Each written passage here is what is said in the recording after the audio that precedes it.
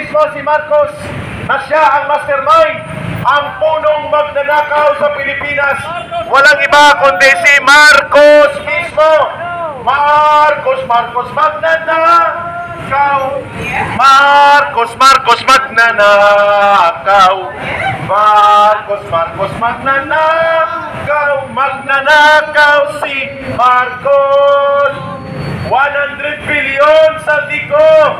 Itabi mo. Akin yan, tarantado. Nagmamaang-maangan pa ang gago.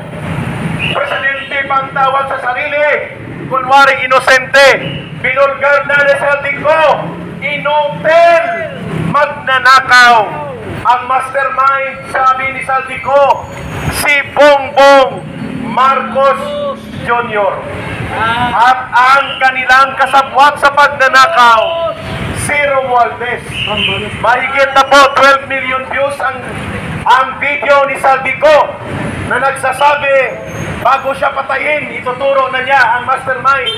At ang mastermind, si Marcos. Kaya ang panawagan ng taong bayan, bumaba ka na bago ka kaladkarin ng taong bayan palabas sa Malacanang. At sa pagsisimula ng ating panawagang Black Friday protest, mag-ingay muna tayo mga kababayan, magbusina para palayasin ang magnanakaw sa Malacanang, ang kriminal na mastermind na walang iba kundi si Marcos Jr.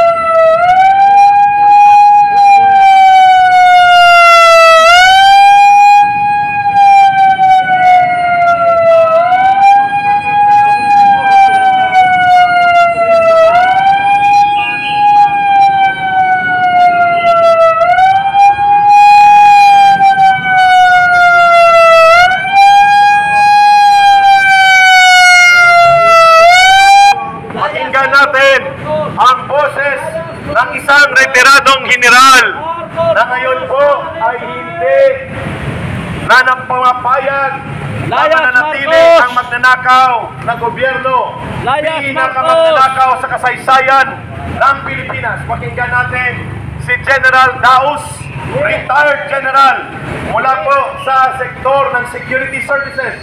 General Daus, please. Resign! Magandang hapon po, mga kababayan mo kapwa Pilipino. Nagsalita na po si Saldico. Kababayan ko si BBM na Ilocanohan ko. Pero kinukutya ko siya noon pa dahil sa kanyang mga gawain na hindi ka nais-nais. Tama ang sabi noon ni Tatay Digong na spoiled brat. Ang sabi ni Ko, kung ano ang sabi ni Presidente,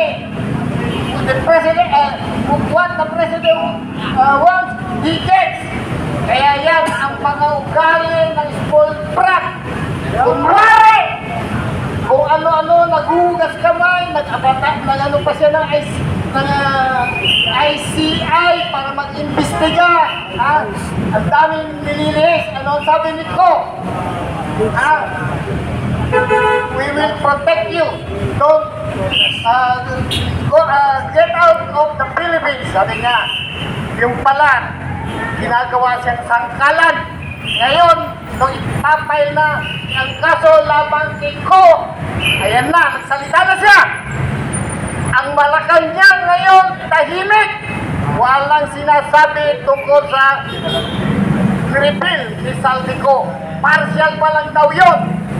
Yung reveal niya. Ipagto pa raw.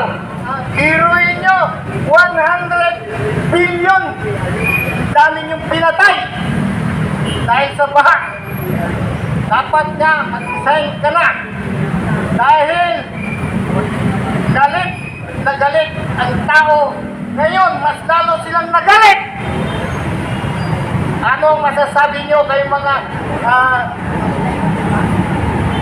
kandidato ni BBM? Kayong mga lalo nung si Senator Wins Gatchalian. Ano sabi niya? Sa komento niya, sa revelasyon ni Saldico, sabi niya, huwag daw daanin sa video-video. Kailangan humarap ng personal. Pinagtatanggol pa niya ang ano. Harapin niyo. Dahil sigurado ako na hindi na yan aatras. Sinimulan na niya. Dahil papakulong na siya. Ang dami pala, hinahanap yung pala siya rin ang ano, ang mastermind. Kaya dapat na sumama po kayo sa protesta na labanan natin ang korupsyon. Paano natin malalabanan? Kill the crooks. What I mean kill, parang kill the light. Stop the corruption. You resign, BBM. Magandang hapon po. Alamatin lang.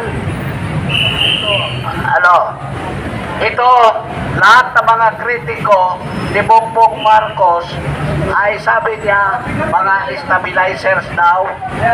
Sabi naman ni Bibi Inday, hindi ito mga stabilizers sila dahil ito po'y nagpapahayag lang ng kanilang mga hinaing at hinanakit sa Pangulo ng bansa na walang ginagawa kundi magkamali ng magkamali.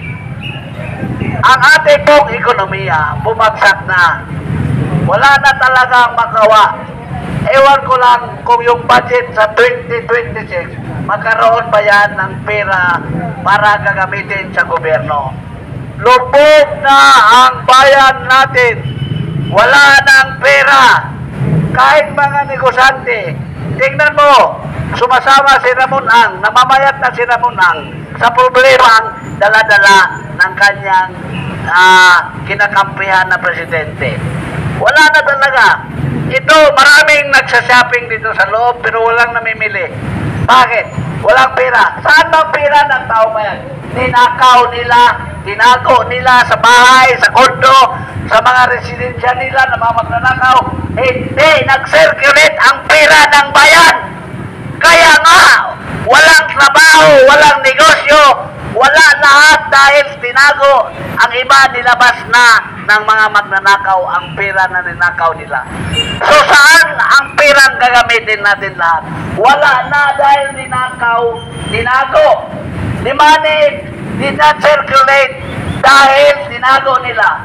So, ano ngayon ang gawin ng gobyerno? Wala silang magagawa dahil ang pera ay nandun na sa mga magnanakaw, hindi na nag-circulate dito sa ating ekonomiya ang pera ng tao dahil sinago na ng mga buhaya. Sila lang ang nakikinabang sa kanilang kinawat na pera.